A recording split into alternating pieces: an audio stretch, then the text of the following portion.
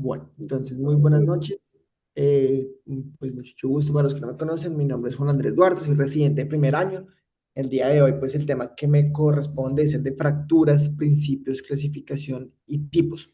Entonces, digamos que pues es una charla pues bastante amplia. Lo que traté de traerles más que todo fueron, pues más que todo, uno, los mecanismos de trauma, cómo van a ser cada mecanismo de trauma para que se genere como tal cada patrón de fractura, la clasificación en general de la AO, que pues es una que usamos ampliamente, y también lo que les traje fue las principales clasificaciones que se utilizan como en el día a día, en el servicio de urgencias, cuál es como su aplicación, su evidencia actual. Obviamente seguramente habrá una que otra clasificación que tal vez se nos puede escapar, pero digamos que era como traje, busqué y traté de como traer las más importantes de ellas en general. Entonces, en general, en cuanto a la introducción, pues tenemos que la fractura se produce cuando el hueso se somete a una carga excesiva a la cual no es capaz como tal de tolerar y esto va a generar su ruptura. Entonces, en general, la magnitud y la dirección de la fuerza van a variar dependiendo pues, de los diferentes mecanismos de trauma. Y entonces, esta variación de la magnitud y la dirección de esta fuerza se va a ver o va a ser directamente relacionado a distintas patrones de fracturas de los cuales se pueden presentar, ¿sí? Estos, digamos que lo que hablamos es que en general cada hueso se puede fracturar de una forma diferente. Un ejemplo de eso como tal, usualmente pueden ser fracturas, por ejemplo, transversas de rótula, que son usualmente fracturas que se van a dar por tensión. Digamos que fracturas vertebrales, que usualmente se van a dar por mecanismos de compresión, o ya como tal fracturas de tibia, que puede ser también fracturas por torsión. Entonces, digamos que cuando hablamos en general de los trazos de fractura, digamos que estos son como 5 grandes trazos de fractura de los cuales podemos tener. Entonces, tenemos que las fracturas en las cuales se genera un trazo transversal, usualmente lo que va a pasar es que la fuerza va a ser perpendicular al eje longitudinal de los huesos.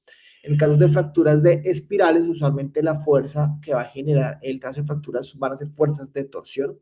En fracturas como tal trazo oblicuo, la fuerza usualmente es diagonal al eje del hueso y podríamos tener asociado a tres tipos: energías axiales, energías por flexión y axial, o torsional y por flexión. Ya trazos como tal, como mariposa, ya usualmente hablamos de que son fuerzas de flexión y fuerzas de compresión del hueso, y ya las fracturas con minuta ya es uno, pues usualmente son fracturas de muy alta energía cuando hablamos de hueso previamente sano, o ya cuando hablamos de un hueso que ya estaba previamente enfermo, pues pueden ser traumas de no muy alta energía, pero como la calidad ósea no es la misma, puede generar digamos que unas fracturas que radiológicamente pues llamarían mucho más la atención. Uno pensaría que el mecanismo es mucho más amplio. Entonces, esta imagen muestra como tal el tipo de carga mecánica aplicada al hueso y cómo esto va a determinar el patrón de fractura. Entonces, digamos que en las fracturas transversas usualmente se producen, como pues ya le dije previamente, por fuerzas de tensión, que va a ser perpendicular al eje largo del hueso. Entonces, es como la gráfica de lo que les dije previamente para entender un poquitico mejor. Ya las fracturas oblicuas, lo que hablamos es que hablaban de tres tipos. Entonces pueden ser fracturas por compresión pura, que es la primera imagen que ustedes ven acá. Entonces lo que hablaban es que el hueso no va a fallar de una forma oblicua, sino que se va a generar una compresión, un colapso estructural por esta compresión. Usualmente ya va a ser en la parte más que todo articular. Digamos que esta es una fractura de tibia distal. En las fracturas ya de oblicuas podemos tener también compresión más flexión. Entonces se combinan estos dos factores y van a generar como unos trazos, una línea oblicua usualmente más inestable. Y cuando tenemos fracturas o energía de flexión más torsión, este patrón de fuerza lo que va a generar son como patrones mucho más complejos. Entonces, cuantos más fuerzas tengamos, más inestable como tal va a ser estas lesiones. Entonces, en cuanto a las lesiones de mariposa, entonces en general usualmente es un patrón típico de flexión. O sea, usualmente lo que va a pasar es que el hueso va a tener como una compresión en un lado y una torsión en el otro, y esto va a generar como tal un fragmento triangular característica de estas lesiones en ala de mariposa. Y ya por último, pues los factores en espiral ya usualmente es como igual a traumas por torsión, ¿sí? Donde las cargas rotacionales, digamos que van a generar un trazo como tal de una línea helicoidal. Entonces ya eso es como tal, hablando de los mecanismos de los cuales y la relación con los patrones. Entonces ya vamos a ir a hablar directamente como tal en cuanto a la parte de las clasificaciones. Entonces vamos a iniciar primero por la parte de las clasificaciones AO. Entonces digamos que lo que nos hablaba la AO principalmente es que el diagnóstico, la clasificación de las fracturas es un proceso continuo de recopilación de información sobre la fractura. ¿Esto a qué hace referencia principalmente? Yo puedo tener una clasificación inicial que la voy a dar con mi imagen inicial, que es una radiografía. Sin embargo, a medida en los cuales yo voy o tomo más y más imágenes o más y más estudios, incluso llegando a la parte de la visualización directa, si el paciente lleva procedimiento quirúrgico, yo puedo hacer una reclasificación o modificar mi clasificación que yo lo hice previamente y esto no me va a afectar en absolutamente nada, ¿sí? Digamos que la imagen o la clasificación inicial nos va a ayudar muchas veces a guiar cuál va a ser el manejo que se le va a proponer a este paciente y muchas veces esas decisiones las tomamos sin disponer o de tener totalmente o toda la información necesaria. Entonces, entonces esto lo que nos va a ayudar es a definir como cuál es como la mejor forma o cuál va a ser la propuesta del manejo que se le va al paciente según la clasificación inicial. Entonces hablaban de que ellos tenían un sistema AO, también llamado un sistema OTA, que hablaban de que era una terminología muy bien definida que permitía al cirujano o a cada ortopedista describir la fractura de una forma muy coherente y muy detallada y también va a facilitar o que la comunicación, como es algo muy global, la comunicación entre diferentes culturas o ortopedistas de diferentes regiones. Entonces, en general, ellos lo que hacen, digamos que lo primero o el primer factor de la clasificación va a ser un número. Ese primero número lo que va a hacer referencia es al hueso, ¿listo? Entonces, la clasificación es A, O, un número. Entonces, el primer número, si hablamos de húmero, va a ser 1. Si hablamos de radio o ulna, si hablamos de radio va a ser 2R. Si hablamos de ulna va a ser 2U. En cuanto a la parte de los metacarpianos o de la mano, hablamos de 7, si son metacarpianos 77, si son falanges, hablamos de 78. El 3 va a corresponder principalmente a fémur, ya el 4 va a corresponder a tibia, 4F pues va a ser 4 fíbula, y la parte del pie hablamos de 8, 87 metatarsianos, 88 falanges, y los números de 80 a 87 hace referencia como tal a los huesos del tarso.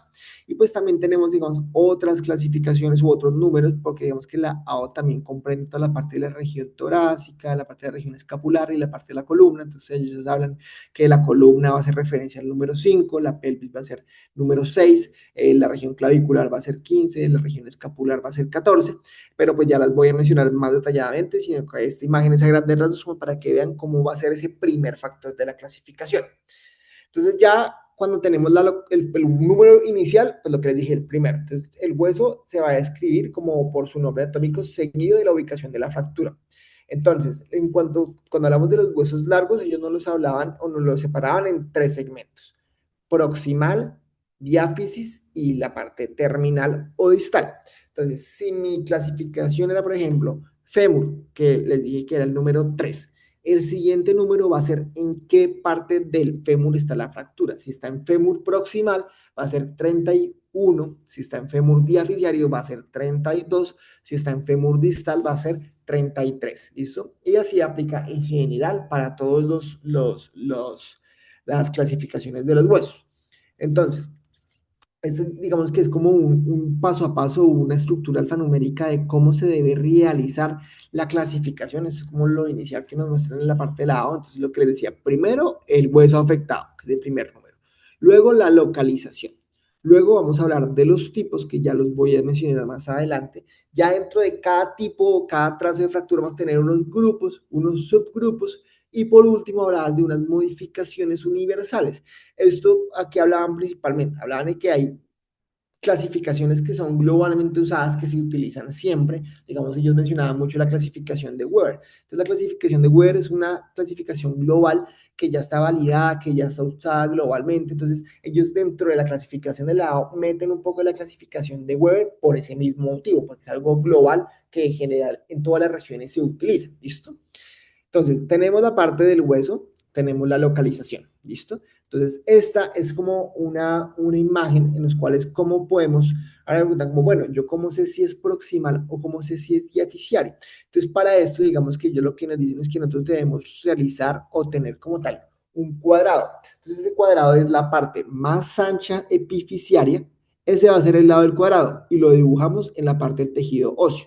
Entonces, los lados del cuadrado van a corresponder a la parte más ancha epifisiaria, ¿listo? Entonces, si está ahí, yo voy a decir que es proximal. Si está por debajo del cuadrado, yo voy a decir que es diaficiario, o si está pues, ya en la parte de la parte distal en ese cuadrado, voy a decir que es distal, ¿listo?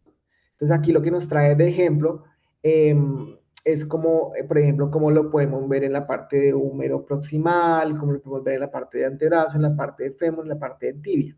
Y adicionalmente también nos mencionaban en esta parte que hay ciertas articulaciones que tienen una clasificación especial. ¿Por qué motivo? Porque su morfología no es la usual. Ellos hablaban más que todo del fémur proximal, que los voy a mencionar más adelante, la parte del tobillo y la parte del húmero proximal. Entonces, ya cuando tenemos como tal el hueso y la ubicación, ya vamos a hablar como tal de los trazos de fractura. ¿Cómo son esos trazos de fractura? Entonces, tenemos primero un trazo simple. Entonces, eso va a ser A. Entonces, retomando de nuevo, entonces, íbamos en fémur. Entonces, vamos a decir que tenemos una fractura diaficiaria. Esto es para diaficiaria, ¿listo? Entonces, tenemos fractura diaficiaria que va a ser 3. Como es diaficiario, va a ser 2. Entonces, tenemos 32. Si el trazo ahí es un trazo simple, es un 32A. Y luego lo vamos a dividir en grupos, 1, 2 y 3. Entonces, si es un trazo en espiral simple, va a ser un 32A1. Si tenemos un trazo simple oblicuo, va a ser un 32A2. O si tenemos un trazo transverso, va a ser un 32A3. ¿Cuál es el punto de corte? Decir si es oblicuo o transverso. Entonces, oblicuo hablamos de más de 30 grados de la angulación del trazo de fractura. Transverso, menor a 30 grados. Entonces, ahora tenemos el otro tipo. Tenemos el fragmento como en mariposa, podemos decirlo de una forma. Entonces, tenemos uno, si tenemos el trazo, el fragmento intacto, decimos que va a ser un 32B. Aquí, si se dan cuenta, ya no hay nada. O sea, digamos que esta tabla que nos muestra a la izquierda es el 1. Si se dan cuenta aquí, ya no hay nada en el 1. Entonces quiere decir que no hay 32B1, sería 32B2 si el fragmento está intacto, 32B3 si ese fragmento está multifragmentario. Y ya tenemos un C que hace referencia a los multifragmentarios, entonces como las fracturas como tal segmentarias. Entonces, si tenemos una fractura segmentaria de fémur en el cual el segmento está intacto, vamos a decir que es una 32C2. O si este fragmento segmentario está con muchos fragmentos o multifragmentado, decimos que es una 32C3. ¿Listo? Entonces, eso es para diaficiarias en general para todos los huesos largos. Y ahora vamos a hablar como tal de las partes articulares. Entonces, digamos que ya tenemos la parte del hueso, la parte, si va a ser proximal, quiere decir que va a ser o 31, hablando como tal del fémur, o 33, ¿listo? Porque puede ser articular proximal o articular distal. Y ya esto no lo vamos a dividir en A, B y C. Entonces, A van a ser extraarticulares, ¿listo? B van a ser parcialmente articulares y ya C van a ser completamente articulares.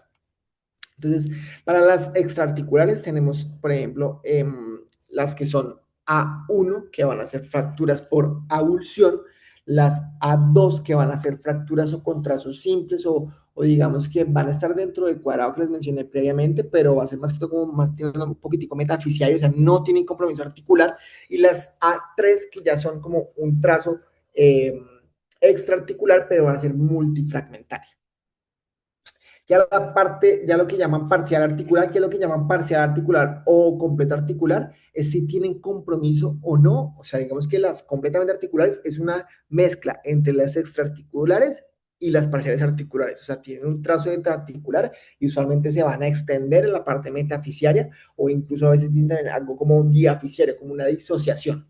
Entonces tenemos parcial articular simple, tenemos depresión o el split, o sea, una división con depresión articular o multifragmentaria. Entonces van a ser B1 si es simple, B2 si tienen esa división y esa depresión, o B3 si son fragmentarias. Y ya cuando son completamente articulares, como les dije previamente, es como la combinación de la A y la B, ¿sí? Entonces ya la C, usualmente digamos, la C1 es que tienen un trazo simple articular y un trazo simple metafisiario. El trazo C2 van a ser un trazo simple articular, pero múltiples fragmentos metafisiarios, y ya el C3 van a ser múltiples fragmentos tanto articulares como metafisiarios.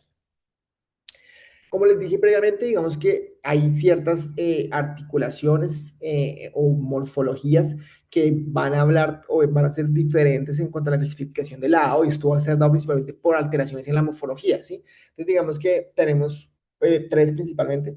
Hablaban del húmero proximal, hablaban de la cadera y hablaban del tobillo. Entonces, en cuanto al húmero proximal, digamos que hay modificaciones un poco. Entonces tenemos húmero proximal. Recuerda, húmero va a ser 1, si es proximal es 1, entonces 11. A, si es extraarticular con un solo foco y usualmente dividido en dos partes.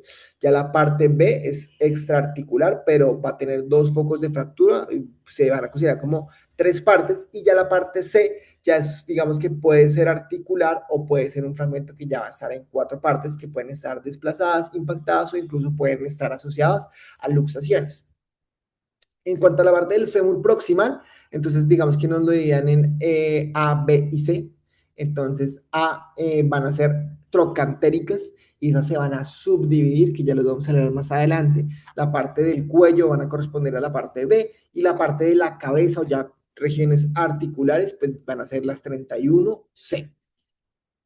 Y ya, en cuanto a la parte del maleolo tibial, el tibial maleolar, lo que les decía acá, usualmente todos estos van a estar relacionadas o se van a relacionar directamente con los de peroné. Si se dan cuenta, las infrasindesmosis, ahí el trazo es un peroné Weber A, una fractura de peroné Weber A, las trasindesmales, una peroné Weber B, que puede o no puede tener lesión medial o una lesión posterior. Y ya por último, pues las Weber C, que ya son suprasindesmales, que pueden estar o pueden no estar asociadas a lesión medial o posterior, que será 44A, B y C respectivamente. Entonces, como tal, en general lo que hablaban era cómo se debería realizar este proceso para la clasificación. Aparte de lo que les he dicho previamente, también hablaban de que tenemos que tener en cuenta una parte de la anamnesis, la exploración física, y que se deberían tener en cuenta también cómo fueron los mecanismos de trauma, aunque yo viendo el trozo de fractura puedo sospechar o pensar más o menos cómo fue este mecanismo de trauma, cómo en general están los tejidos blandos y la situación clínica actual del paciente. Entonces, en general, para el proceso de la clasificación, hablaban de que deberíamos tener dos proyecciones radiográficas. Digamos que usualmente hablaban de la toma de tomografía más que todo en la parte de procesos articulares o sus compromisos articulares. Y que la última, digamos que la última palabra como tal era cuando yo tenía una observación directa del foco de fractura, que eso era como el factor determinante para yo decir, esta es mi clasificación. Yo puedo tener una radiografía y puedo decir, no, esto es una 31A2 o algo diafisario simple, pero cuando yo entro y miro el foco, sin, tuve que entrar al foco, yo veo múltiples fragmentos, yo digo, ah, no, pues no era un trazo simple, sino que era un trazo con minuto, y puedo reclasificar sin ningún inconveniente. Y entonces estos son como tal los pasos que ellos nos mencionan para hacer la clasificación. Entonces, primero, ¿cuál es el hueso? Segundo, ¿en dónde se encuentra ubicado? Ya luego, si tenemos que es diaficiario, si es simple, si es en cuño, si es multifragmentario, si es simple, si es espiral, si es oblicuo, si es transverso, si es en cuña o ala de mariposa, si está intacto, si está fragmentado, o si es segmentario, cómo se encuentra ese fragmento. Entonces, esta es como la clasificación si son diaficiales. Y esta es la clasificación si son proximales o distales. Entonces, ¿cuál es lo mismo? ¿Cuál es el hueso? ¿Es proximal o es distal? ¿Uno o tres? Entonces, ahora, ¿afecta o no afecta la articulación? Si no afecta la articulación, vamos directamente al paso 5. Entonces, si es extraarticular, ¿cómo es el fragmento? Si es avulsión, si es simple, si es multifragmentario. Sí, definitivamente, si es articular, tenemos que hablar si es parcial articular, que es lo que les dije, o sea, no afecta a la metáfisis, no afecta a la metáfisis, o si es parcial, si es articular y si es completamente articular, tiene que afectar la metáfisis y la parte articular, y esas se van a subdividir, ¿no? Entonces, si es parcial articular, puede ser simple, puede ser con depresión o fragmentarias, o si son completamente articulares, pueden ser simple articular, simple metafisiaria, puede ser simple articular o multifragmentarias metafisiarias, o la C3, que ya son como, digamos que múltiples fragmentos, tanto metafisiarios como articulares, ¿listo? Entonces, digamos que en cuanto a la validación, cuando hablamos de validación, es como en general en el gremio, cómo está validado, si la utilidad de esta clasificación, digamos que tiene varios inconvenientes, principalmente es que se va a estar, depende mucho del momento de la clasificación, también va a tener en cuenta va a ser la formación del observador, si es un ortopedista que ya tiene bastante experiencia o no. Uso de herramienta de registro, entonces más que todo es como qué estudios tuvo disponible para hacer la clasificación. Tenía que hacerse un enfoque sistemático, o sea, tenía que hacerse unos pasos para seguir uno a uno, y pues que depende de qué método de clasificación o qué otras clasificaciones universales adicionó la persona cuando hizo esta clasificación. Entonces, digamos que eso es hablando como tal de la clasificación de la A. Entonces, ahora lo que abordé principalmente es como múltiples clasificaciones, traje pues, las que en mi opinión muchas veces como las más comunes, cómo son y cuál es como su aplicación y su validación. Entonces, digamos que vamos a iniciar, digamos, con la parte de las clasificaciones de clavícula. Digamos que traje este artículo que es como una revisión de la literatura actual y del tratamiento. Digamos que en cuanto a la parte de clavícula, digamos que muchas veces no se encuentra literatura tan reciente porque digamos que hay muchas cosas que ya están establecidas y el manejo casi siempre ha sido el mismo, entonces como que no hay tanta literatura reciente. Entonces hablamos de que las fracturas de clavículas van a corresponder del 2,6 al 5% de todas las fracturas, usualmente, pero corresponden al 66% de las lesiones del hombro. Casi siempre van a estar en pacientes jóvenes y el mecanismo más común va a ser caída directa sobre el hombro. Entonces, en cuanto a la anatomía que nos describían rápidamente, ¿por qué traigo esto? Porque usualmente la anatomía nos va a ayudar, o la clasificación más usual se basa es en la anatomía. Entonces, digamos que hablando de que ellos tienen una forma en S, tiene, que va a ser convexa medial y cóncava lateral, y van a generar como tal unos puntos de debilidad. Entonces, sus puntos de debilidad va a estar dado entre la unión de sus tercios. Entonces, la unión del tercio medio y el tercio lateral, digamos que van a decir que era como lo más débil como tal de la clavícula, y eso explicaba por qué las fracturas van a ser más comúnmente en esta zona. Y en cuanto a las estructuras ligamentarias que describían rápidamente, hablaban de que pues tenemos los ligamentos coracoclaviculares, que van a estar específicamente el conoide y el trapezoide, y van a ser como los fundamentales de la clavícula. Y esto es lo que, porque traje esta parte rápidamente, porque esto lo que nos va a dar es cómo se va a dar el patrón de desplazamiento cuando tenemos fracturas del tercio distal. Entonces, la clasificación que uno más comúnmente habla o escucha es la clasificación de Allman. Esta clasificación está dada netamente es por la localización anatómica del foco de fractura. Entonces, hablamos que las fracturas Allman 1 hacen referencia al primer grupo y usualmente está directamente relacionada con el número de frecuencia con las cuales se presentan las fracturas. Entonces, Allman 1 son las más frecuentes, van a ser compromiso del tercio medial, van a comprometer aproximadamente un 69 o un 85% de las fracturas. El grupo 2 van a ser las mediales, y van a comprometer aproximadamente del 12 al 28%, y ya las de tercio grupo Lateral. 3 o La- el Las alambdos son laterales. perdón, sí, es que me confundí acá, distal. Alman 2, que son las segundas más frecuentes, de 2 al 28%, y ya las Alman 3, que son las mediales, que van a ser las menos frecuentes, que van a corresponder a un 3 a un 6%. Entonces, digamos que el problema de esta clasificación principalmente es que es una clasificación descriptiva, va a estar basada en la localización anatómica plenamente y en la frecuencia como tal, como se presenta, y pues digamos que no hay mucha correlación clínica o en desenlaces en cuanto a la fractura, o sea, digamos que solamente me hablan de la clasificación y cómo se va a la localización y la frecuencia, más bien, más no me hablan como tal sobre cuál va a ser mis desenlaces, digamos, funcionales a largo plazo, si se opera, si no se opera. Entonces, digamos que traje este estudio, entonces que lo que habla aquí principalmente es comparar 5 sistemas de clasificación de las fracturas de clavículas y evalúa principalmente como cuál de ellas tiene el mejor valor pronóstico para predecir la posible no unión. ¿Listo? Entonces, digamos que ese fue como el desenlace principal. Entonces, digamos que, ay, perdón, hablaban de lo que les mencioné previamente, la clasificación de Altman. Tenemos otra clasificación que es la clasificación de Robinson. Entonces, digamos que estas no son tan frecuentes, pero digamos que en el artículo donde revisé, digamos que comparaban eran estas cinco. Entonces, la clasificación de Robinson, que lo que nos dividen de una misma igual forma va a ser medial, de tercio medio y tercio lateral, pero se utilizan más que todo es para el tercio medio. Entonces, en el tercio medio lo que ellos nos separan es que las van a hacer las dos, las van a dividir en dos a si no van a estar desplazadas o en dos b si están desplazadas o no. Y este desplazamiento se va a dividir en B1 y en B2 si son simples, van a ser B1 y B2 van a ser con minuta. Digamos que aquí lo que decían clave en el artículo era que la clasificación de Robinson nos va a hablar de estabilidad. Usualmente hablaban de cuando son fracturas desde B1, B2, o sea, desplazadas, aunque sean simples, van a tener una mayor inestabilidad, y ya cuando son con minutos tienen pues mayor inestabilidad que las previamente descritas, comparada, digamos, con las 2A. Más no, digamos que no hablaba mucho de si predice o no predice la parte de no unión.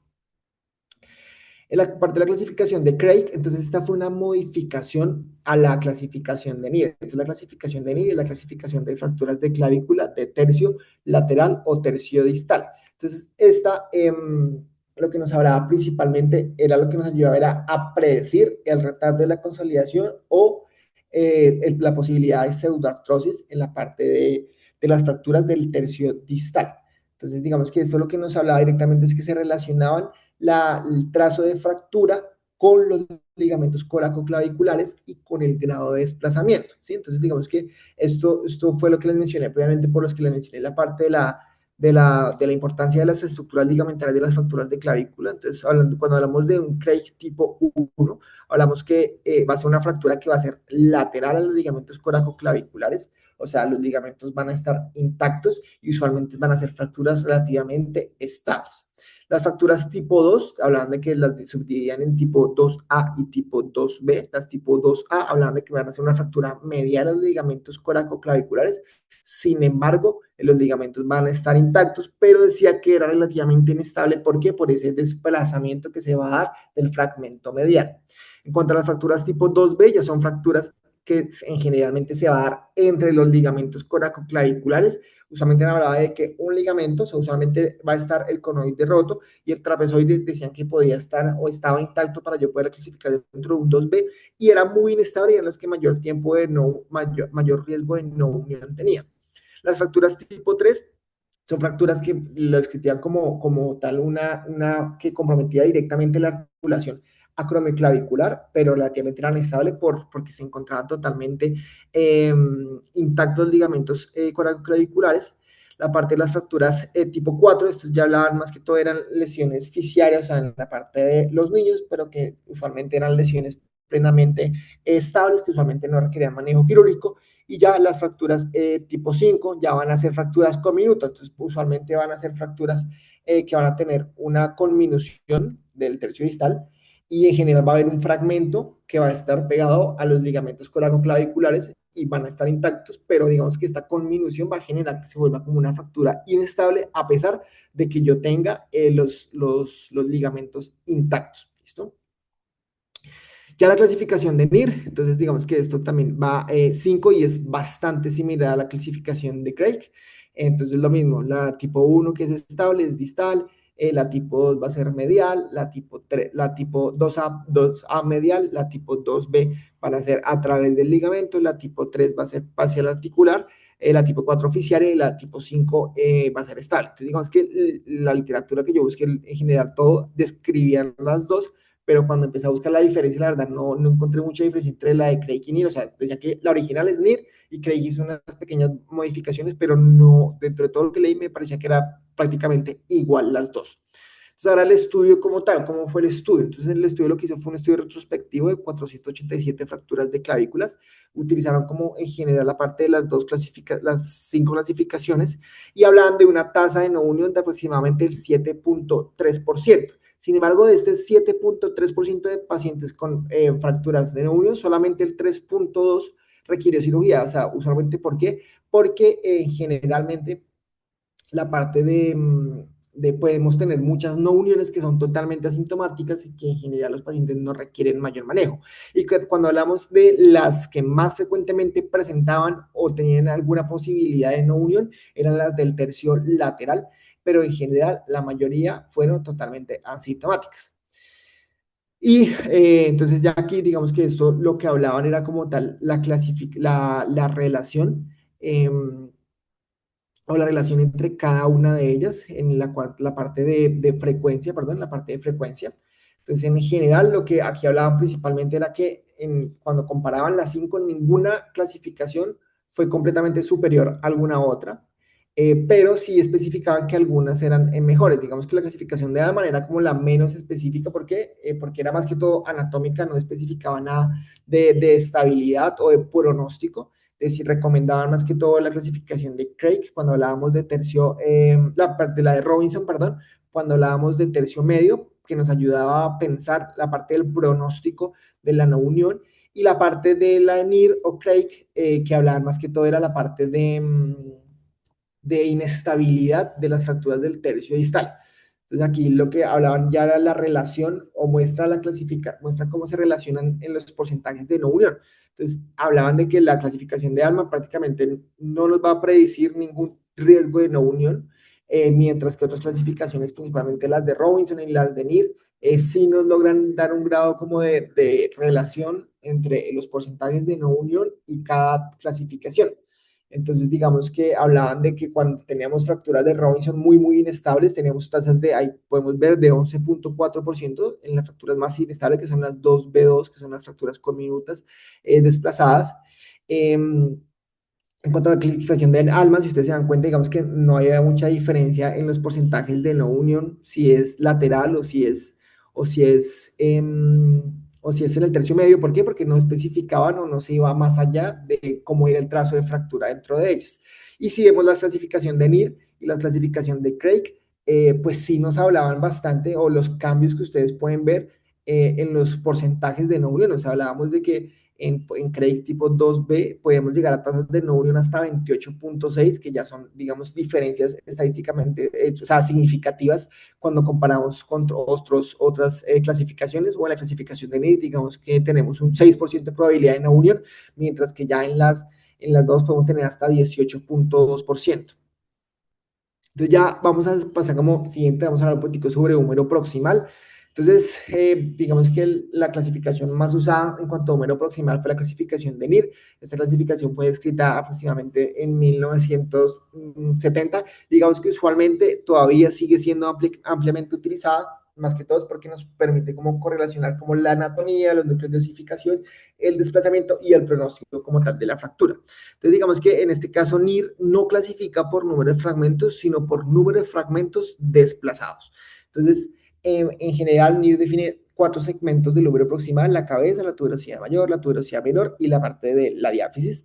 Y para yo hablar de que un fragmento está o no está desplazado, tiene que cumplir ciertos criterios. O sea, yo puedo tener múltiples fragmentos fracturados, pero si no están con 45 grados de angulación o más de 1 centímetro de desplazamiento, no están desplazados y no se consideran como tal dentro de la clasificación, o sea, dentro de la clasificación, porque tienen que estar desplazados. Entonces tenemos la NIR 1, que son las fracturas usualmente de una parte. Entonces usualmente son fracturas que ninguno de los trazos cumple criterios de desplazamiento. Entonces hablamos de que en general son fracturas que son relativamente estables, aunque yo tenga múltiples trazos de fractura, si no están desplazados son fracturas relativamente estables. Ya las fracturas NIR 2 usualmente van a tener un compromiso como tal del cuello anatómico y va a estar dado en dos partes, y uno de esos segmentos va a cumplir con eso de los criterios de desplazamiento. Ya la parte de la NIR 3 ya van a ser compromisos como tal del cuello quirúrgico, y pues uno de esos fragmentos en general va a cumplir con uno de esos criterios de desplazamiento. La NIR 4 ya hablan de compromiso como tal de la tuberosidad mayor, y pueden ser en 2 o 3 o incluso en 4 partes, ya es si cuántos fragmentos pueden estar comprometidos y desplazados. Ya la NIR 5 es que tiene hasta compromiso también de la tuberosidad menor, y ya la NIR 6 ya hablaba de que había múltiples fragmentos, pues en 2, 3, 4 partes, múltiples fragmentos desplazados, y usualmente van a estar asociados a una luxación que puede ser anterior o puede ser a una luxación posterior. Entonces esto lo que nos va a ayudar es a guiar un poquitico la parte del tratamiento agrupar, digamos que las fracturas y a predecir en general usualmente la parte de los resultados funcionales. Entonces, por eso decían que a pesar de que es una clasificación bastante antigua, aún hoy en día se sigue utilizando. Entonces, hablaban de que ya cualquier fractura que tenga cuatro partes, hablaban que tenía un muy alto riesgo de necrosis vascular. Entonces, eso nos podía ayudar a guiar un poquitico mejor la parte del manejo. Y esto en general lo que nos mostraba esta relación era cómo hablaba los resultados funcionales a medida que aumentaban los números de fragmentos. Entonces, digamos que hablaban de que la clasificación va a tener una confiabilidad moderada. El principal inconveniente o limitación en cuanto a ello es como la variabilidad que podía tener entre cada observador, pero que tenía una buena relación entre la parte necrosis vascular y pues en esta parte lo que evidenciamos es cómo va a disminuir los resultados funcionales a medida que sean mayor partes desplazadas, claramente va a disminuir estos resultados funcionales en las fracturas de húmero proximal. En cuanto a las fracturas de radio distal, entonces digamos que lo que les traje aquí principalmente son los epónimos clásicos que vamos a tener. Entonces usualmente tenemos las fracturas de Coles, que son fracturas extraarticulares metafisciales con una angulación dorsal, que va a estar relacionada con una deformidad en dorso de tenedor. Las fracturas tipo Smith, que van a ser extraarticulares metafisciales con una angulación palmar, o también llamada Coles reversa. Las fracturas tipo Barth usualmente son traumas cizallantes, que pueden ser un Barton palmar o un Barton dorsal, y pueden estar asociadas a una luxación radiocarpiana. Las fracturas tipo Schoeffer, que son fracturas totalmente aisladas de la estiloides radial, pero son relativamente estables, y las fracturas tipo Tie Punch, que son usualmente una depresión, van a ser intraarticular, un compromiso de la columna intermedia, y se va a dar como por una impactación de la fosa del semilunar. Entonces, es importante esto porque muchas veces en la literatura uno puede ver estos epónimos y se relacionan directamente con la clasificación de Fernández, que fue escrita en 1993 y habla principalmente del mecanismo de la lesión. Entonces, digamos que las de Fernández 1 usualmente van a ser fracturas que van a estar dadas por flexión, usualmente van a tener extraarticular, dorsal o palmar y va a estar directamente relacionada con las de Coles y Smith que les mencioné previamente. Entonces, usualmente estas fracturas rara vez van a estar relacionadas con alguna lesión nerviosa, tendinosa o ligamentaria. Usualmente se puede empezar en ese tipo de fracturas dependiendo pues, de mediciones, pues, de muchos otros factores en manejos conservadores. ¿Por qué? Porque son fracturas relativamente estables, porque no van a estar asociadas a ninguna otra lesión. Las fracturas tipo 2 ya usualmente son fracturas por cizallamiento. Entonces podemos tener así tipo Barton, podemos tener un Barton dorsal, podemos tener un Barton palmar. Usualmente en estas ya hay que poder pensar en una lesión del ligamento escafolunado, entonces ya son usualmente fracturas mucho más inestables que ya si tenemos este tipo de fracturas ya nos podemos guiar mucho más por un manejo quirúrgico, pues como es un trazo cizallante, muchas veces se puede pensar ya en manejos con una placa volar, generando un efecto Botres, pues si el Barton es un Barton palmar. Ya las fracturas tipo 3, entonces son las fracturas die punch, usualmente son unas fracturas por compresión tanto del escafoides como del semilunar. Entonces esto usualmente, comúnmente se puede ver relacionada con lesiones ligamentarias, sobre todo en la parte del carpo. Recordar la parte del signo de territomas, que usualmente es una disociación escafo-semilunar, que puede estar aumentada sobre todo en este tipo de fracturas, y usualmente en estas fracturas pues ya hay otros criterios quirúrgicos, ya dependemos de cuánto es la depresión, cuánto es el gap articular, para definir si yo pienso o no pienso en manejo quirúrgico. Ya las Fernández tipo 4 ya son fracturas por avulsión, usualmente son fracturas por un arrancamiento ligamentario, quiere decir que casi siempre va a estar asociado a lesiones ligamentarias. Y ya las fracturas tipo 5 ya son fracturas que combinan múltiples mecanismos de energía, o sea, son fracturas realmente mucho más complejas, mucho más conminutas, que requieren, digamos que, mucha más estudios adicionales, usualmente la parte de tomografía para caracterizar y toda esa parte. Y ya en otras clasificaciones, pues tenemos la clasificación de Friedman, que se basa en la afectación articular, que puede ser radiocarpánea, puede ser radiocubital, y más la presencia o ausencia de una fractura estiloides cubital asociada. Las fracturas de Mayo, que la de tipo 1, que son como extraarticulares, tipo 2 a tipo 5, que ya son intraarticulares y van a hacer hincapié en si van a estar desplazadas o no. Y las fracturas de Melón, que lo que hablaban era que hablaban de 4 como tal fragmentos principales. Entonces hablaban el uno, que eran los fragmentos como de la diáfisis del radio, El fragmento tipo 2 va a ser fracturas de la estiloides radial. El fragmento tipo 3 van a ser como de la faceta medial dorsal y el fragmento tipo 4 va a ser de la faceta medial volar. Entonces, digamos que hablaban de que lo que más ponía énfasis esta clasificación de Melón era en cuanto a los fragmentos principales, que eran principalmente el fragmento 3, o sea, toda la parte de la faceta medial 3 y 4, tanto volar como dorsal. Entonces vamos a pasar ya a la parte de las clasificaciones de cadera. Entonces digamos que para esto, digamos que traje este artículo, que es una revisión como tal sobre el manejo y las clasificaciones y las opciones de tratamiento quirúrgico en pacientes adultos mayores con fracturas de cadera. Entonces hablaban de que, ¿por qué la mayor cantidad de estudios son en pacientes adultos? Porque el 75% de las fracturas de cadera van a ocurrir en este grupo poblacional.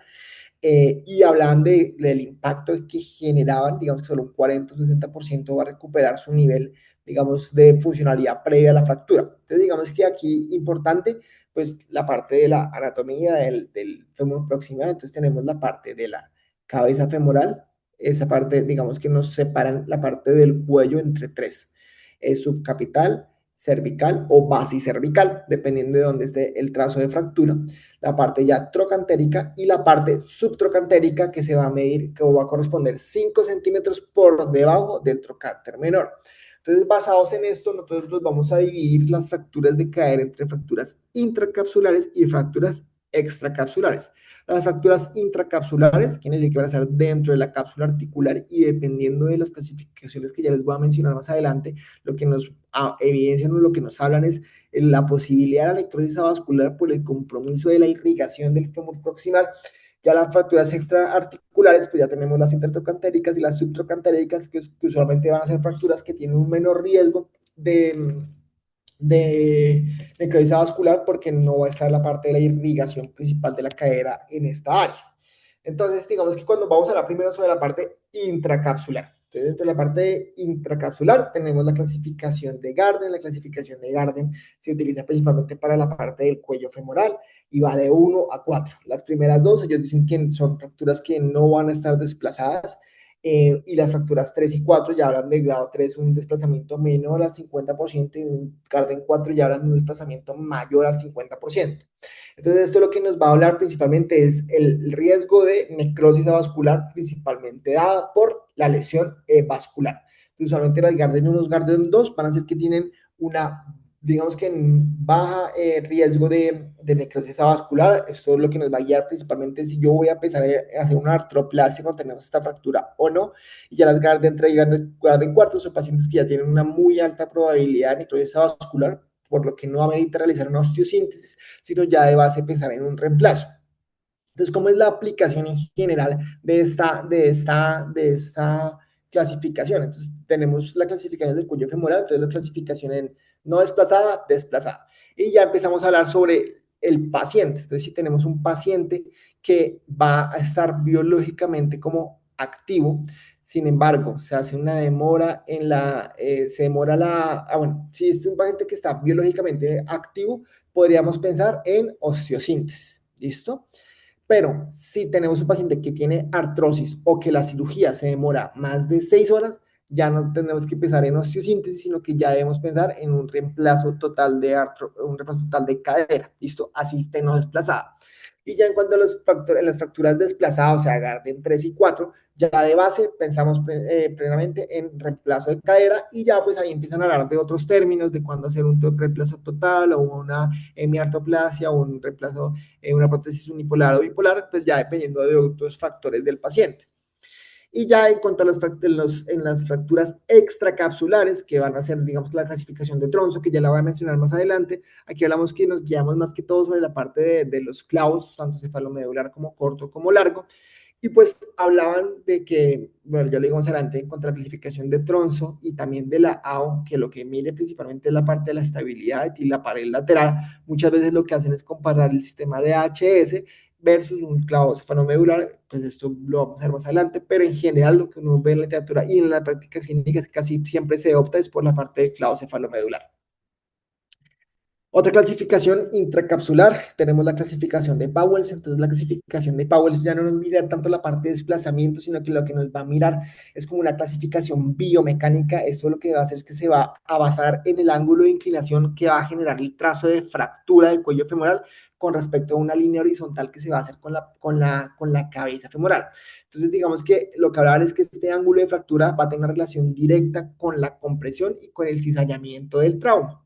Entonces, a mayor verticalidad, mayor cizallamiento y mayor probabilidad de no unión. Entonces, digamos que cuando se tiene la clasificación, hablábamos de que nos clasifican de 0 a 30 grados, la tipo 1, las tipo 2 de 30 a 50 grados y las tipo 3 de mayor de 50 grados de angulación.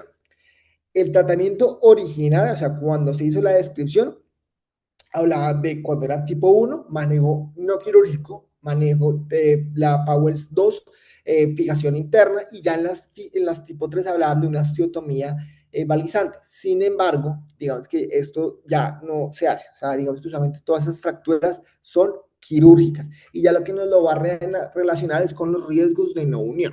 Entonces, digamos, cuando tenemos una Powells 1, en los cuales yo le hago una fijación interna con un clavo, o con unos tornillos canulados, digamos que la probabilidad de no unión va a ser relativamente baja, pues porque la energía hablan de que no fue tan severa como para generar este desplazamiento.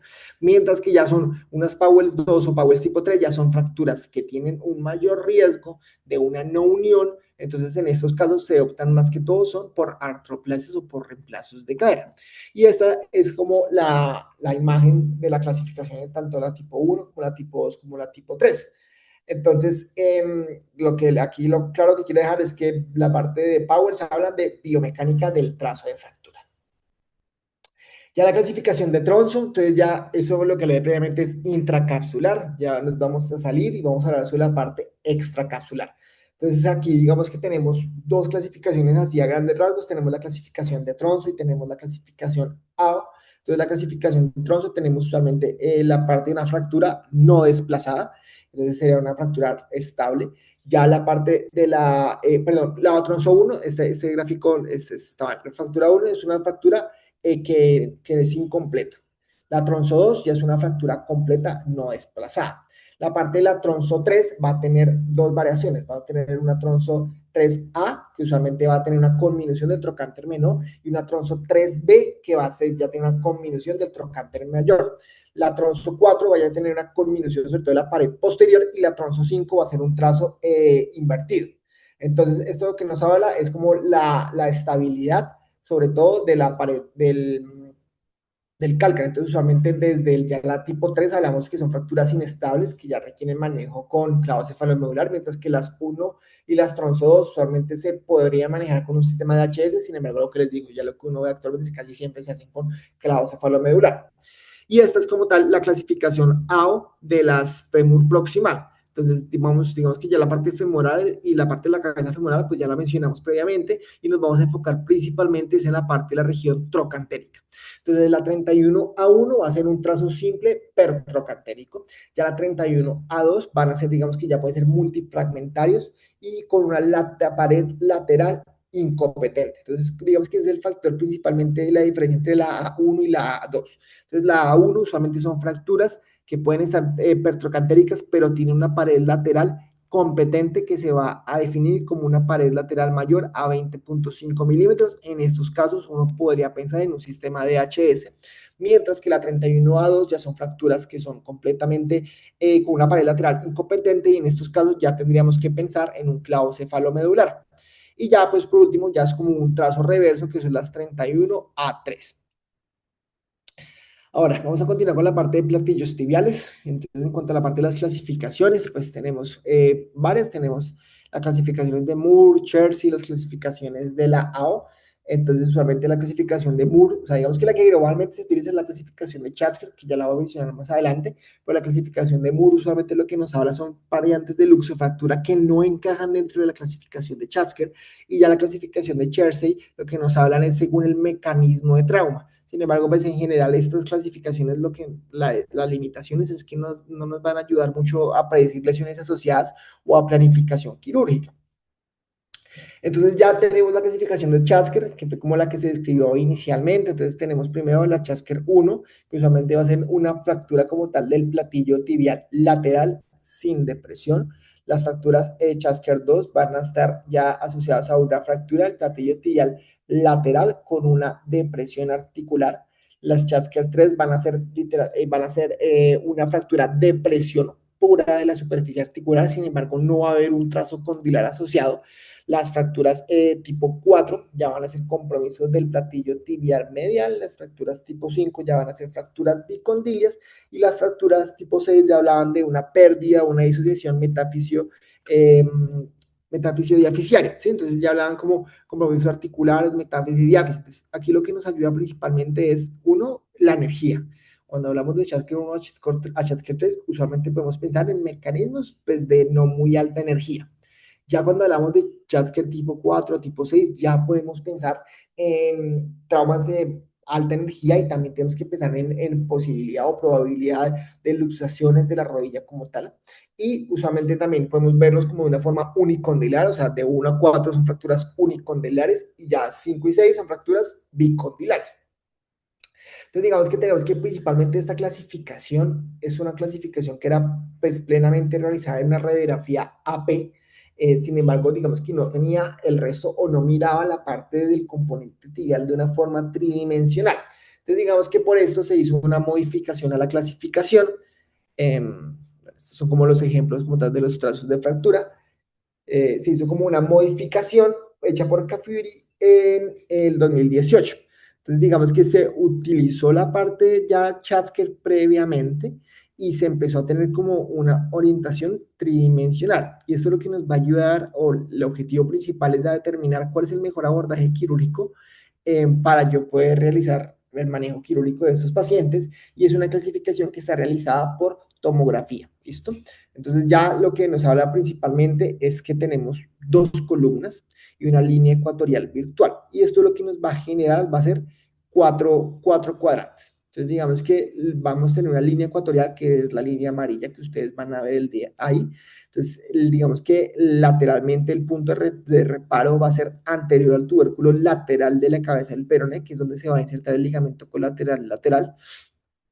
Y en la parte medial va a estar, el límite va a ser posterior a la cresta tibial posterior, lo que hablaba que era como el borde posterior de la inserción del ligamento colateral medial. Esos van a ser como los puntos en los cuales yo voy a trazar mi línea. Y una línea que vaya sobre toda la línea media. Esto es lo que nos va, lo que nos va a dividir, es que esta línea ecuatoriana nos va a ir en anterior, posterior, y la línea, justo en la línea media, nos lo va a dividir entre medial y lateral.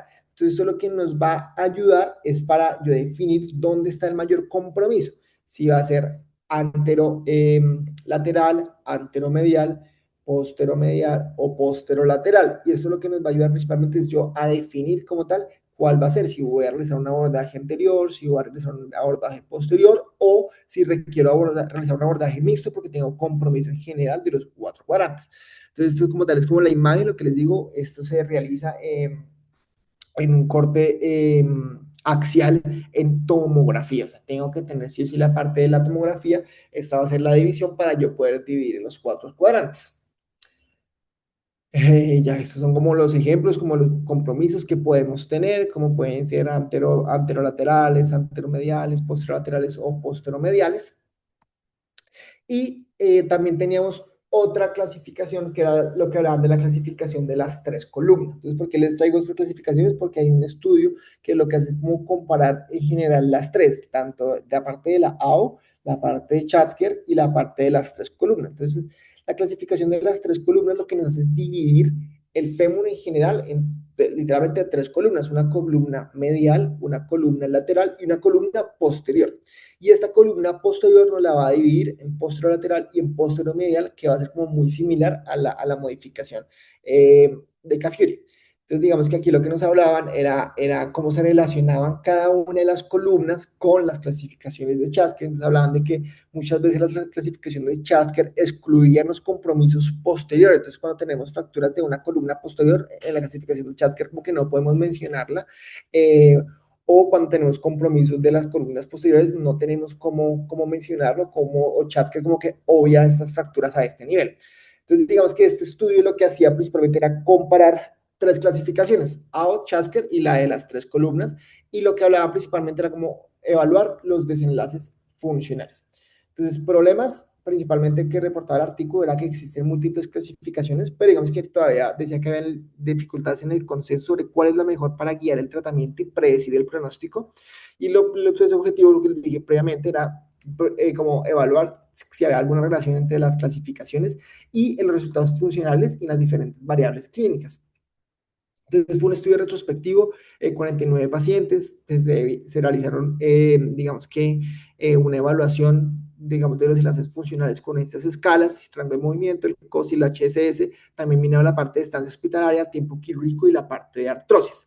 Entonces, digamos que en general hablaban de que globalmente todas las clasificaciones, la mayoría de fracturas fueron usualmente por traumas de alta energía, más que todo por accidentes de tránsito.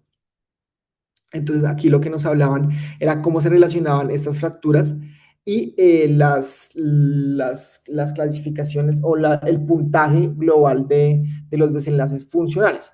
Entonces digamos que hablaban de que cuando hablábamos de Chasker, hablan de que las fracturas de las tipo 1 a las tipo 3 tuvieron mejores resultados funcionales que los tipo 4 o los tipo 6. O sea, en traducción, digamos que el Chasker sí refleja o sí tiene un pronóstico en la energía del trauma y en lo pronóstico en el desenlace funcional de este paciente. En cuanto a la clasificación de las tres columnas, digamos que también presentaba alguna relación con una P estadísticamente significativa, o sea, cuando teníamos compromiso de las tres columnas, digamos que el desenlace funcional iba a ser peor que en las pacientes que teníamos compromiso de una sola columna. Y en la parte de la AO, pues lo que ellos mencionaban muchas veces era que no, dependiendo de la escala que utilizaran, podíamos tener porcentajes estadísticamente significativas, pero digamos que se quedaba muchas veces atrás la parte de la clasificación de la AO.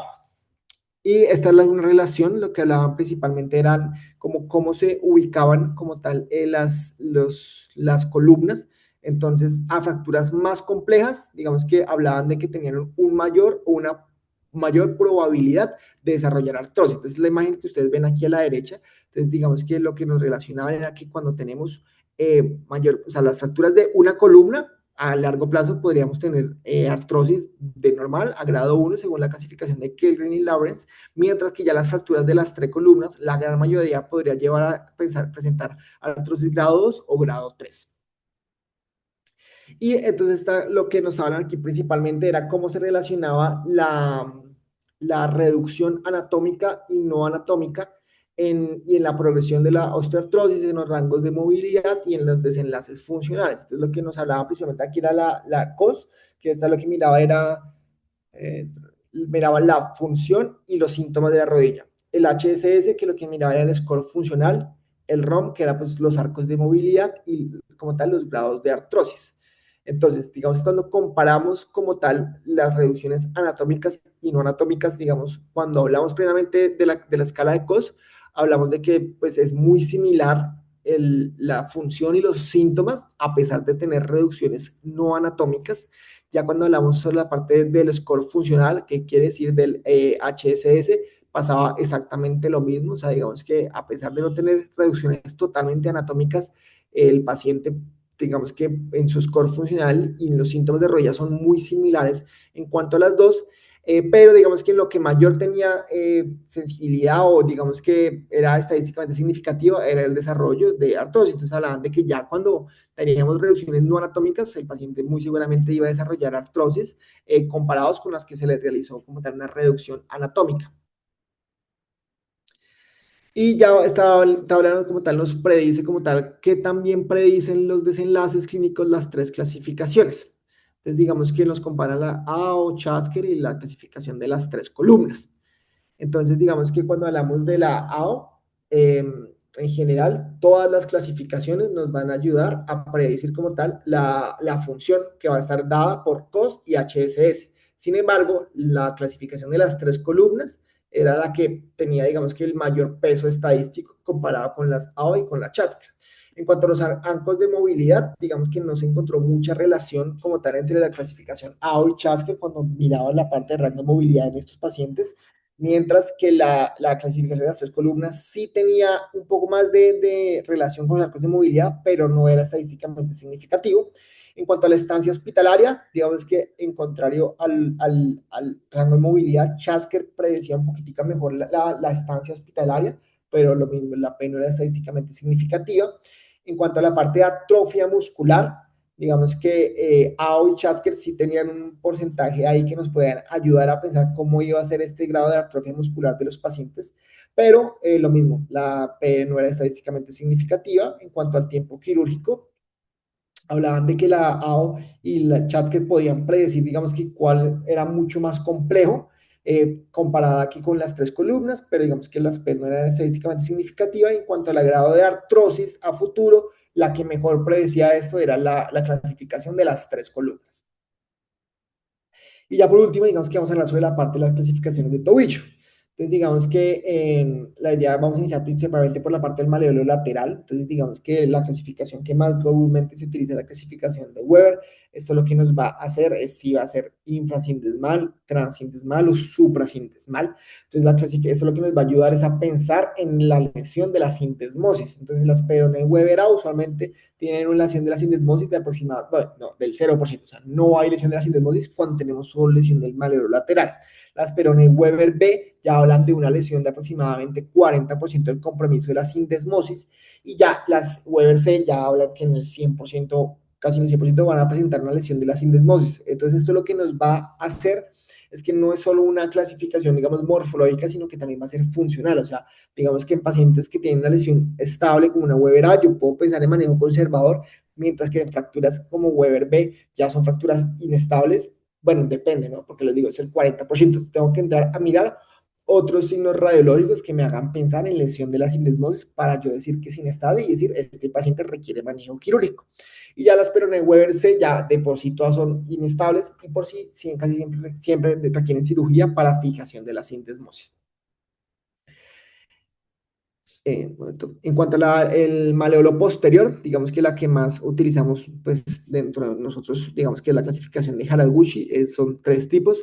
Entonces, el primero es un fragmento posterolateral, el tipo 2 es un fragmento que va a tener una extensión medial y el tipo 3 que va a ser un fragmento pequeño. Entonces, digamos que eso lo que nos va a relacionar más que todo es, uno, el tipo de abordaje, si puede ser posteromedial o posterolateral, o puede ser que no requiera manejo quirúrgico. Usualmente las fracturas Haraguchi 3 no requieren fijación de este fragmento, pues por el tamaño, mientras que los Haraguchi tipo 2, que son los que, digamos, van a tener más inestabilidad, entonces pueden requerir, digamos, perdón, Haraguchi tipo 1, van a poder tener más inestabilidad, entonces posiblemente van a requerir la parte de manejo quirúrgico, mientras que la Haraguchi tipo 2 ya tienen que tener mirar pues otros factores, pues más que todo la estabilidad o el desplazamiento del fragmento para mirar si requiere o no requiere manejo quirúrgico. Y ya por último, pues la clasificación de Herzegovich, que lo que nos habla es principalmente la maleolo medial. Entonces habla A de la punta del maleolo con una avulsión pequeña, B entre la punta y el plafón tibial, que usualmente es la parte más común, la tipo C es a nivel del plafón tibial, que usualmente ya va a tener un compromiso articular, y las tipo D ya van a ser supra al plafón tibial y ya van a estar relacionados con un trauma de alta energía. Entonces, esto lo que nos habla, o cuando lo conllevamos a la clínica, es que a mayor altura va a presentar una mayor gravedad o mayor, digamos que o trauma, digamos, de mucha más energía o una mayor inestabilidad. Entonces, solamente las tipo A son, digamos, relativamente estables, muchas veces no requieren manejo quirúrgico. Ya las tipo B, tengo que entrar a mirar si está asociada a otras fracturas, puede ser una lesión, una fractura de peroné, una Weber B. Ya la parte tipo C, ya hablamos de que usualmente el componente del toiteo ya puede estar inestable, entonces va a requerir manejo quirúrgico. Y ya usualmente las tipo D, de la misma forma que el C, digamos que como son de alta energía, casi siempre van a estar asociadas a algún otro componente o alguna otra fractura asociada que van a requerir la estabilización. Y ya.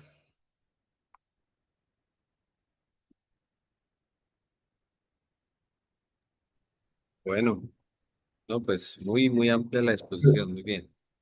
Eh, Perdón, es ¿Qué un tema podemos muy decir? amplio, bro.